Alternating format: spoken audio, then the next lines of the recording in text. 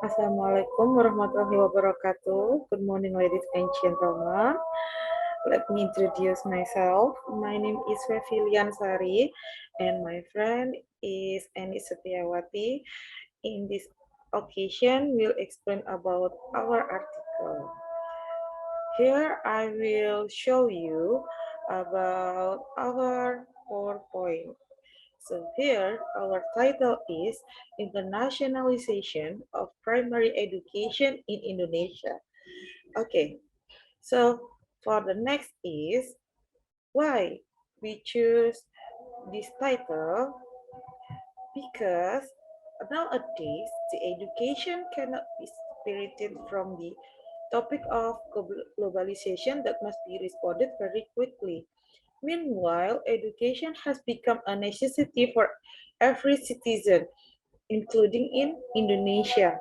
To keep up by the times, both in the terms of technological progress and the speed of access for communication, primary education in Indonesia should harmonize needs at the national level with demands from outside or what we can call international needs. For the second here, the national education system law state that the mandate for the government and or regional government to organize at least one educational unit at all levels to be developed into an international standard education unit.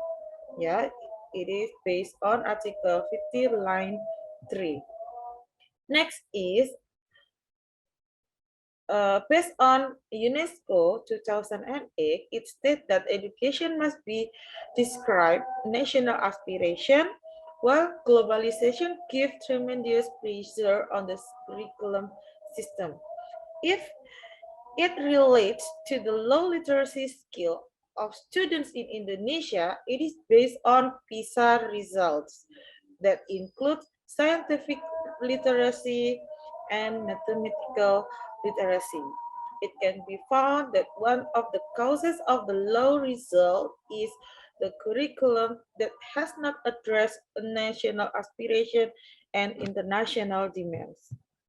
Next is, according to Knight, internationalization is a process of integrating international, intercultural, or global dimension into educational goals, function, and services.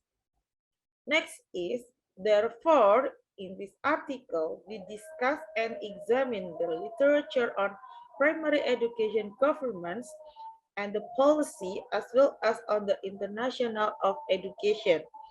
It aims to describe the needs or the necessity of the importance of internationalization of primary education.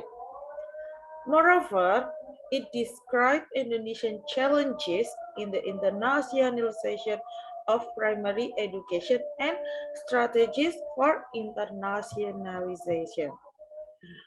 For the next is about methodology. Here, we use a literature study approach, or we call it literature review. And in this study, the population used a journal that obtained from Google Scholar, Science Direct, and Scopus. The data analysis technique used the study of literature based on previous study through several steps, namely formulating ideas and looking for previous articles or literature. Then, classifying the data used in this study. After that, developing an analytical framework based on the data obtained. The last is concluding the result of the analysis based on the data obtained. Here we got the results and the discussions. First, the internationalization of education is a global phenomenon that changed the ways in which the education system pays attention to which educational services in more qualified, competitive, and demands of the global community. The broader objective in it is implementation, that is to accelerate the quality of Indonesian education at the regional, even in international level. The second is basic education in Indonesia must be ready to respond to change globally through its internationalization. It is important because if it doesn't respond immediately, Indonesia will certainly be a country that is lagging behind in the field of education, especially the embodiment of student competence to be able to compete at the international level.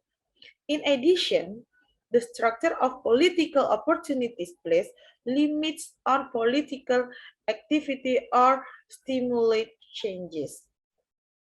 The third is strategies in internationalization primary education in Indonesia. It can be done to the availability of a digital literacy based on curriculum, teacher assessment of the elements of competence, and teaching method. Moreover, the availability of pedagogical practice related to 21st century skill. It includes problem solving, collaboration, and critical thinking competencies. The last is, we recommended that there is a need to integrate primary education in Indonesia at the local, national, and international level.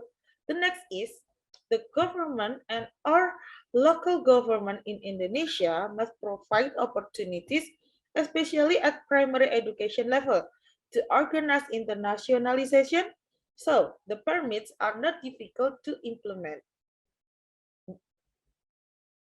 Next is, there is a need for policies related to an integrated curriculum. So there is no border for various curriculum designation. It is used by organizers that has been done by UNESCO when developing a comprehensive curriculum for getting one of information, media, and technological competence that are interrelated and interdependent. This curriculum includes information literacy, media literacy, and digital literacy. So it means that blank, and that's all for our presentation. Thank you.